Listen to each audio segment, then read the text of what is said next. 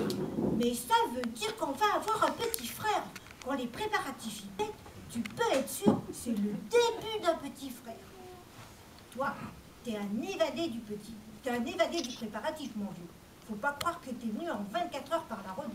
Non. Si t'es là, c'est grâce à la porosité des préparatifs Spantex. Le préparatif Spantex, le préparatif qui laisse sa chance aux jeunes. Quoi? Tu sais pas ce que c'est qu'un préparatif? T'es plutôt nouille, toi.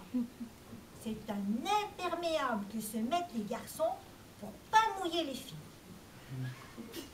Moi, je suis venue par temps sec. Papa, il a dit à maman. Thérèse, c'est le printemps, je mets pas d'impair. J'ai un bon paquet de graines dans le magasin. Viens, on va voir si ça prend dans ton jardin. Et alors?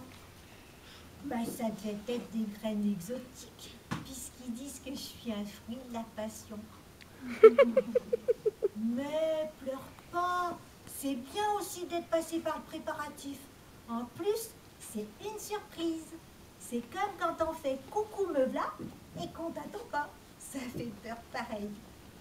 Je me souviens quand maman a annoncé à papa que tu avais réussi l'épreuve du préparatif. Il est devenu d'un beau rouge tomate. Et quand elle a annoncé que tu avais réussi l'épreuve de l'eau froide et du gant de toilette, alors il est devenu d'un beau vert jambon. Mais après, quand tu as réussi l'épreuve du saut à l'élastique dans les gorges du Verdon et les 6 heures d'auto-tamponneuse à la foire du trône, alors ils étaient tellement contents tous les deux qu'ils se sont plus parlé pendant un mois. Tellement ils pensaient à toi. Maman est passée de 5 cigarettes à 5 paquets par jour. Papa lui disait. Mulet, si tu recraches la fumée, je te fous une benne. Et tous les dimanches, motocross. Ah, quand on passe par le préparatif, on démarre fort dans la vie. Dis, tu sais pourquoi les garçons, ils ont un zizi? Non, tu sais pas? Mais tu sais rien alors. C'est pour pouvoir mettre le préparatif, nouille. Sinon, où ils le mettraient? N'empêche, tu parles d'une histoire. Encore un petit frère. Mais si, la preuve, maman s'est remise à la corde à souder. Et puis, j'ai assisté à toute la fabrication, j'ai tout vu. Tu veux que je te raconte?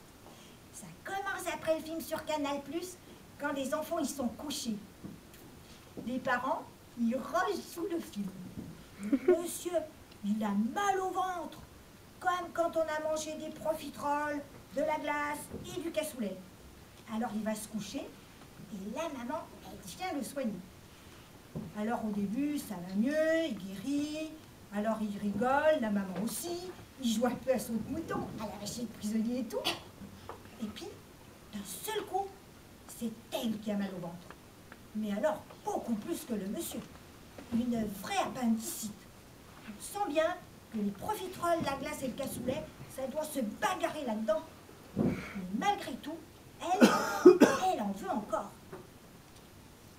Encore! Encore! Oui, encore! Complètement folle, la bonne femme. Alors, le type qu'on avait ramené avec lui sous ses couvertures, il lui en donne. Je l'ai déjà vu. Tiens, tiens, qu'il dit, bon sang! Et il lui en donne autant qu'il peut. À force de s'énerver, il devient tout rouge, trempé comme après un match de foot. Mais elle en veut encore.